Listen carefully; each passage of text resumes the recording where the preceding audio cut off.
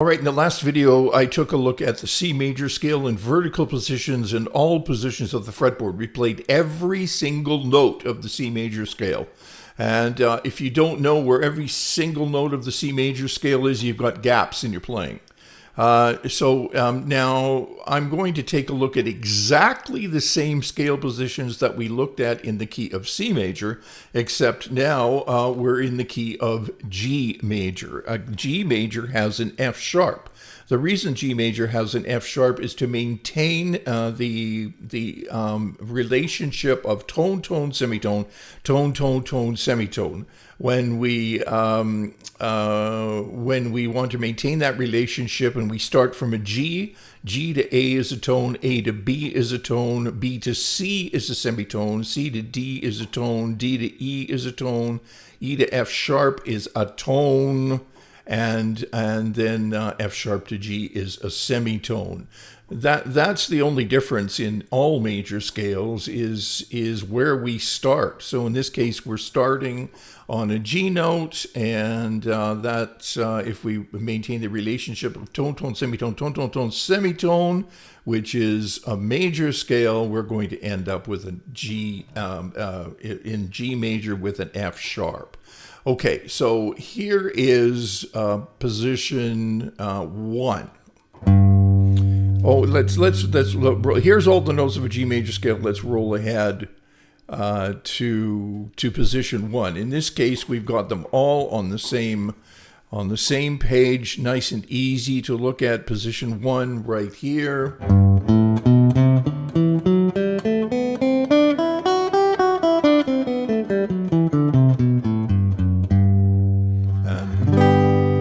Accompany it with its root chord G in this case. Think of the cage system, right? C-A-G-E-D, but we're starting on a G. So if we're starting on a G, the next chord in the cage system is going to be an E, right? C-A-G-E, and here's my next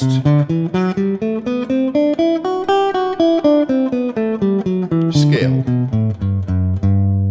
And that's G with a G chord or an E chord shape, if you will, right? All right, then we move up an octave higher, G here, and shift.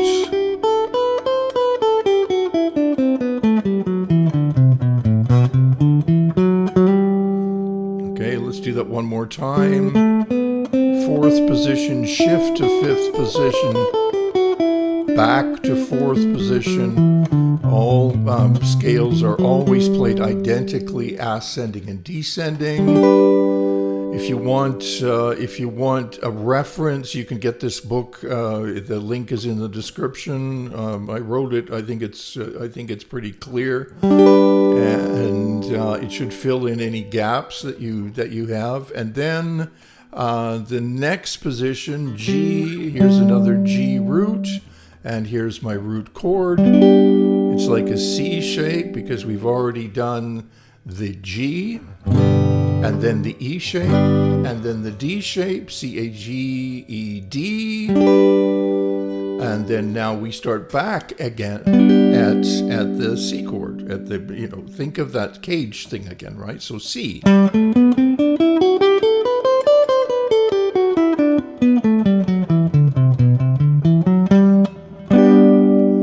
There's my C shape. Everything falls underneath my fingers. No shifts. Then we take it up to what comes after C in the word caged, A. And here's my position. I'm playing, where am I? Right here. Okay. And then back down we go. Again.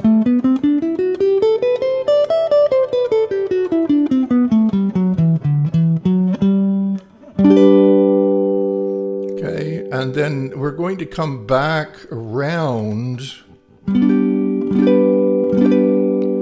back to the G that we started with.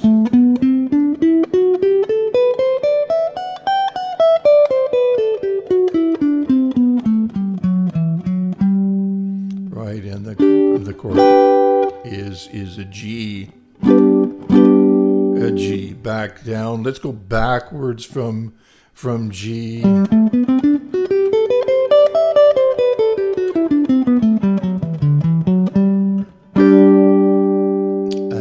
then backwards from G.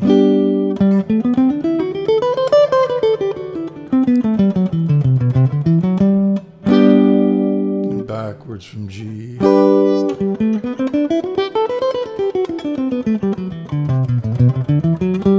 Right, there's my D, my E,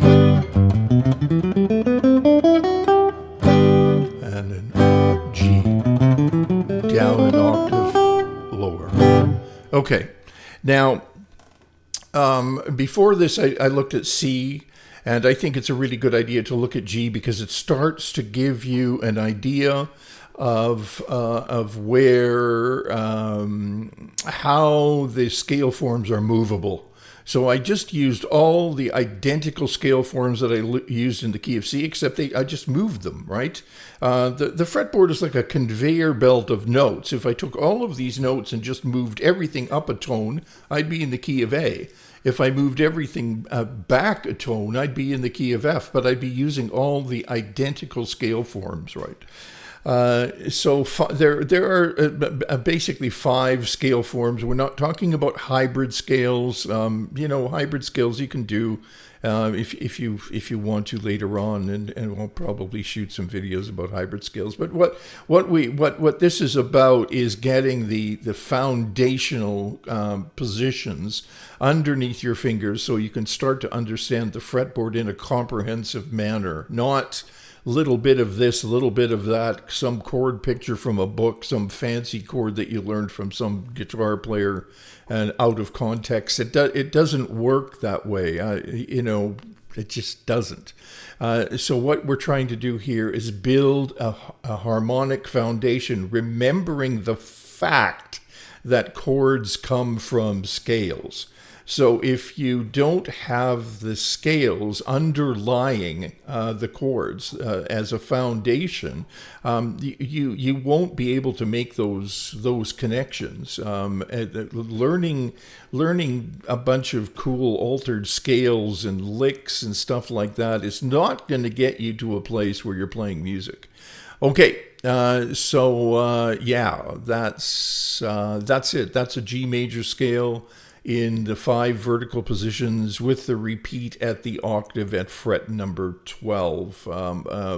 Work on that. As I said, you can pick up this book on Amazon, and the link is in the description. Okay, cool. Thank you, and we'll see you again real soon.